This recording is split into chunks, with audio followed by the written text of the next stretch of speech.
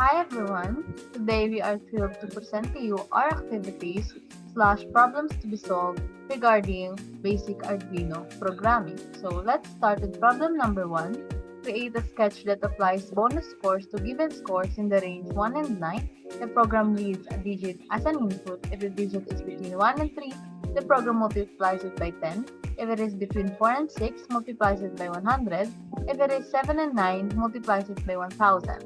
If it is 0 or if the value is not a digit, the program must report an error.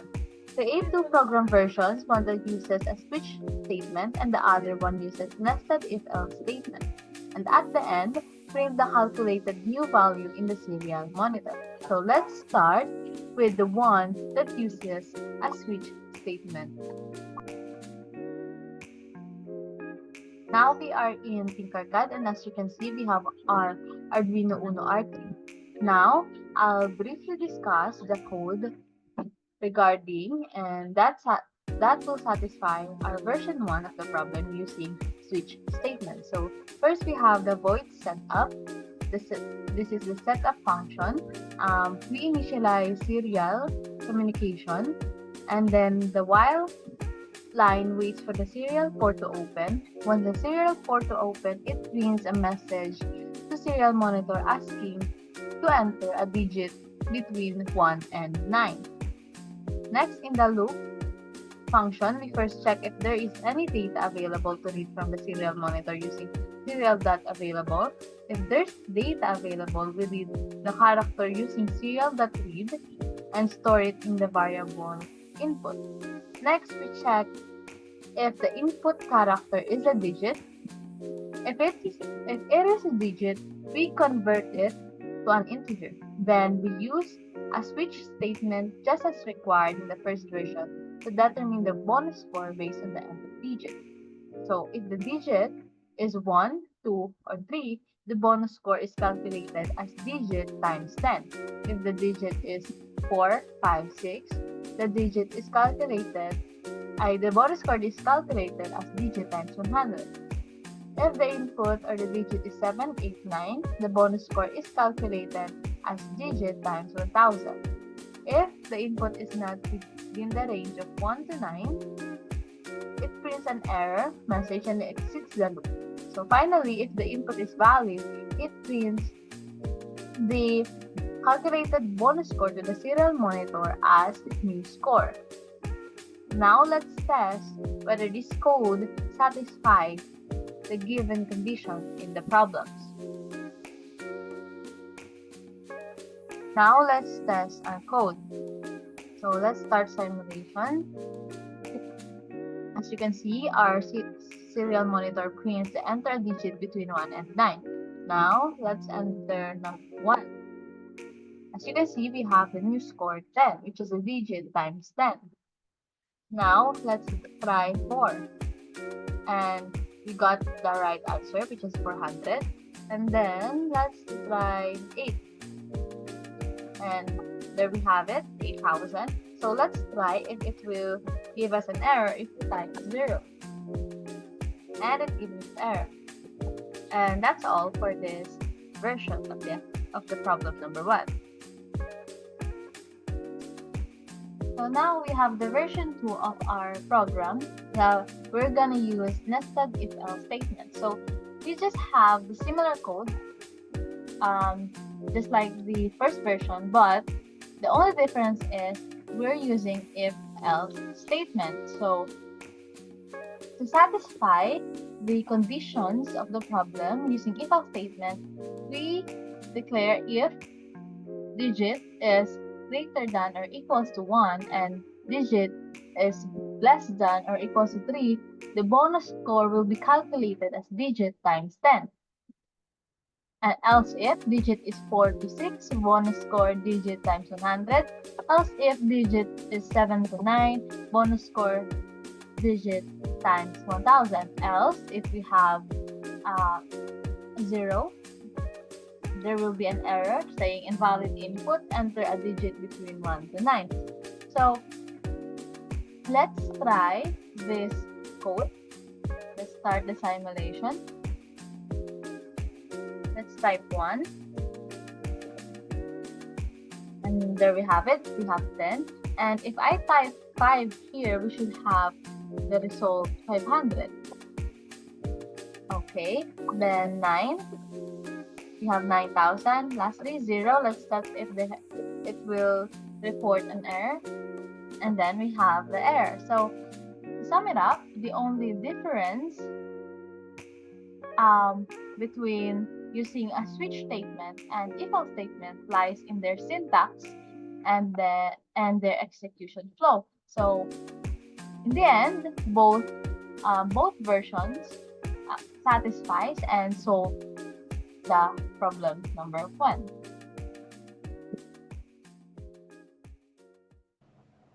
Welcome to our Arduino Uno presentation on mixing colors.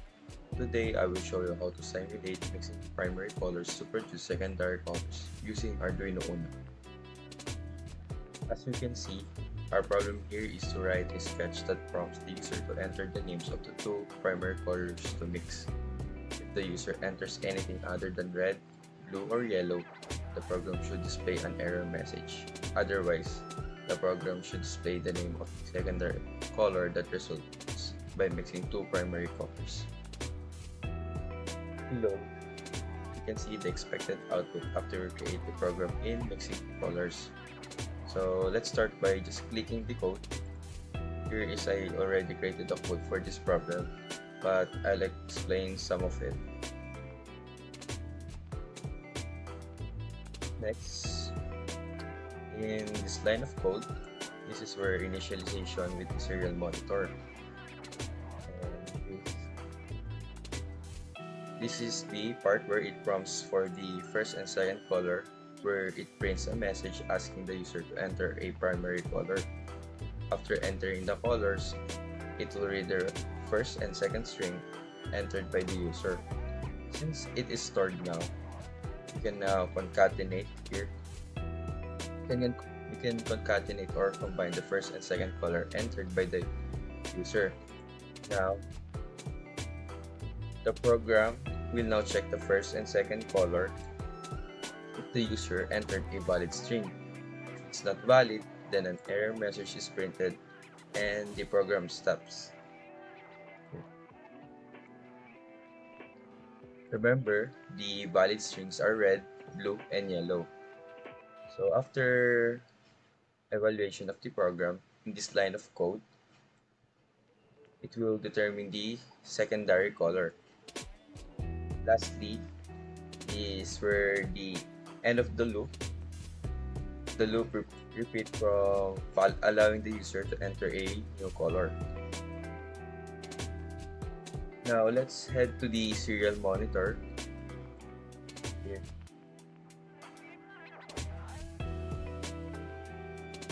And click the start simulation for testing the result of the program.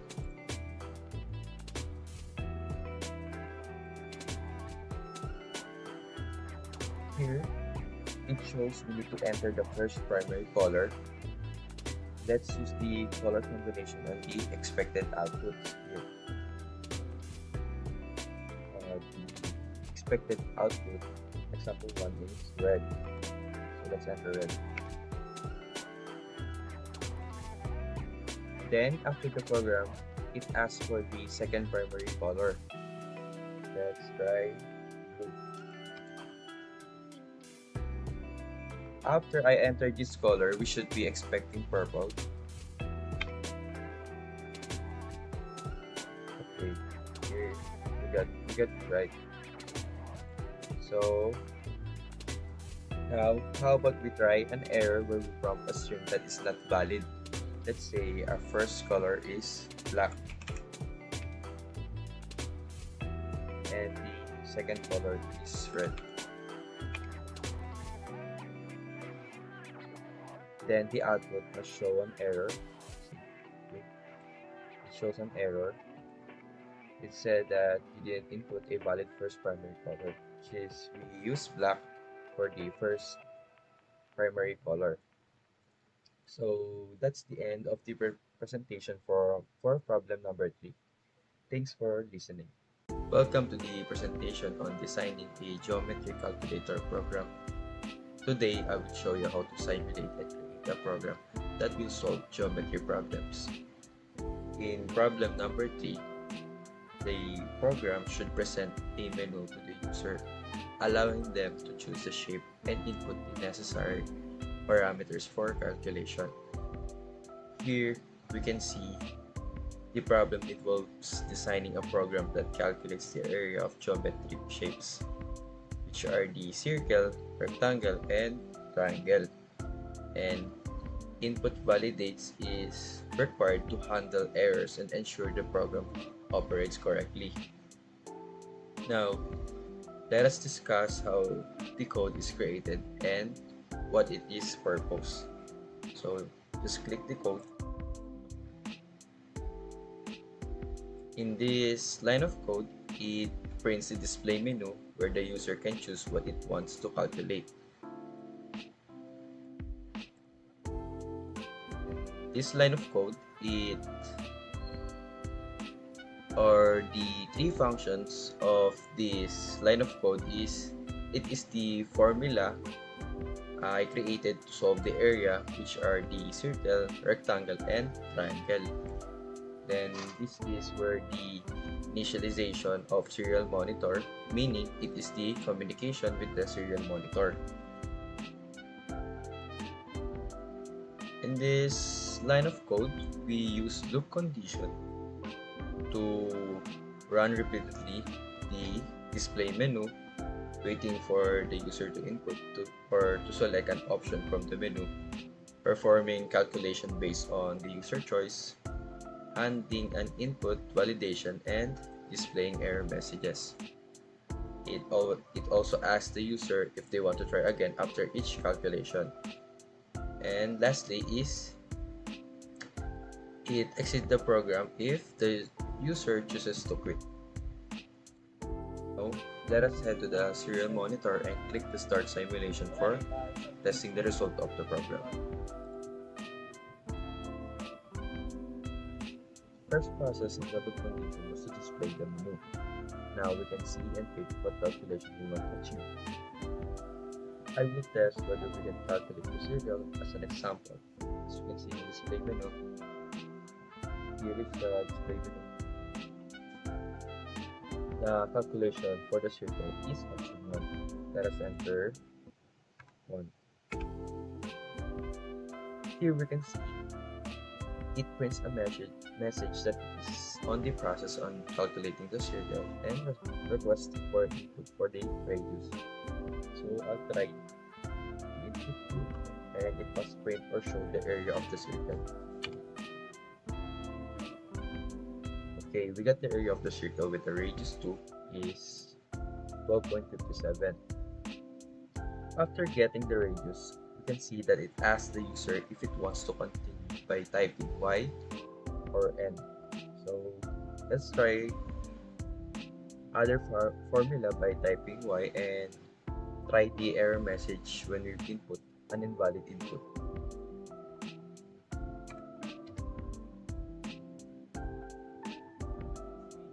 Here the choices is 1 to 4. What if we try to input number 5? Okay, let's type 5. Okay, an error message will appear since it is not a valid input. Let's try again an error message in the calculation of areas.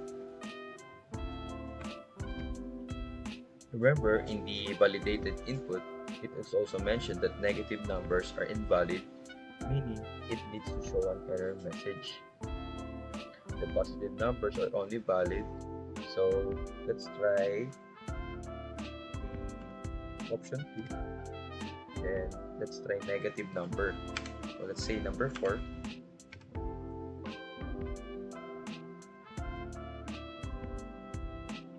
So we input a negative number and it shows an error message since it is not a valid input.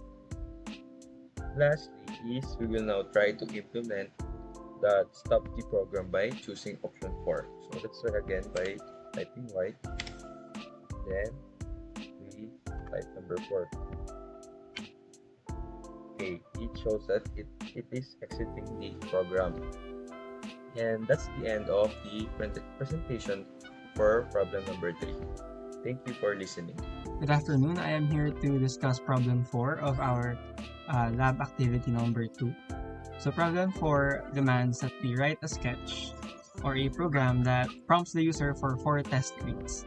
Will be used to determine if a student has earned an A, B, C, or D, or F in the class. Using the following grade bracket system, we also need to evaluate what the letter equivalent of the grade will be. Problem 4 also provides that a student can drop the lowest exam score of the 4 exam scores, so the lowest score is dropped or ignored. Therefore, the program should find the average of the 3 highest grades and print this average. So it should also print a message stating the letter grade they earned in the course. So this letter grade would come from this evaluation or from this grade bracket. So in solving this problem, we will attempt to recreate this example as a proof that we solve the problem using a sketch program. So starting from the declaration of variables, we have the integer exam count, which is the number of exam scores that we are prompted for. Next, we have the variable for storing the exam scores, which we have the data type float for decimal points. And we also need to keep track of the scores, as well as the lowest score and the initialization of the letter grade system. So these are what these variables are. Now we move on to the void setup part, in which we initialize the serial monitor or the serial port of the sketch. We proceed to the code proper, found in the void loop part of the sketch. So this is where we put the code that we have to always keep active or is repeating over and over. Hence the void loop class. So inside the void loop, we print out the prompter within the serial or the terminal. We also print out the exam score number. In this case, we call it the exam index. And then we add 1 to it because exam index would start at 0. And then this part of the code functions simply to tell the program to wait until all exam scores have been prompted. And then this part of the code is a simple if statement where if an exam index is either 0 or is lower than the previously entered score, it will be saved as the lowest score. This is how we identify the lowest score and how we identify what to ignore. So every time we enter a new score, the exam index goes up 1. And in this code block, we use a simple if statement stating that if the index of the exam scores is equal to the exam count variable, then we reset the exam index and then start the sorting process for the scores. So this is simply to just sort all the scores that we entered from highest to lowest. And again, this is how we ignore the lowest score from being used in our averaging system. So this is how we average our 3 highest scores. So we initialize a variable called total as a float because we are accounting for the decimal points that may be present to the total score and the average score. So for every item, as long as I is less than exam count, which is 4, we need to add all the exam scores together, and then we pass that off into the variable float average, which takes the total and divides it by the exam counts minus 1, because again, we have to ignore the third exam score. Now this is our evaluation code block, in which case if the average is greater than 90, then it is equal to A. If the average is greater than 80 but less than 89.99, we get B, and so on and so forth. And after that, all you have to do is print all the resulting values inside the variables. So if we try this out, start the simulation. So we enter exam score 1, which is 87.3, similar to the sample given to our problem number 4. And then we input 89.2, and then 78.7, and then 90.3. And there we go. Perfect copy of what the example in problem number 4 was given. So we have our lowest score, which is 78.7, our average grade, which would be 88.93, and our grade would be a B. And here, as you can see, the program or the sketch repeated itself because we put it in the void loop function, and this makes it so that the program is always ready to accept new data into the system. And this is my demonstration for problem number 4. Thank you.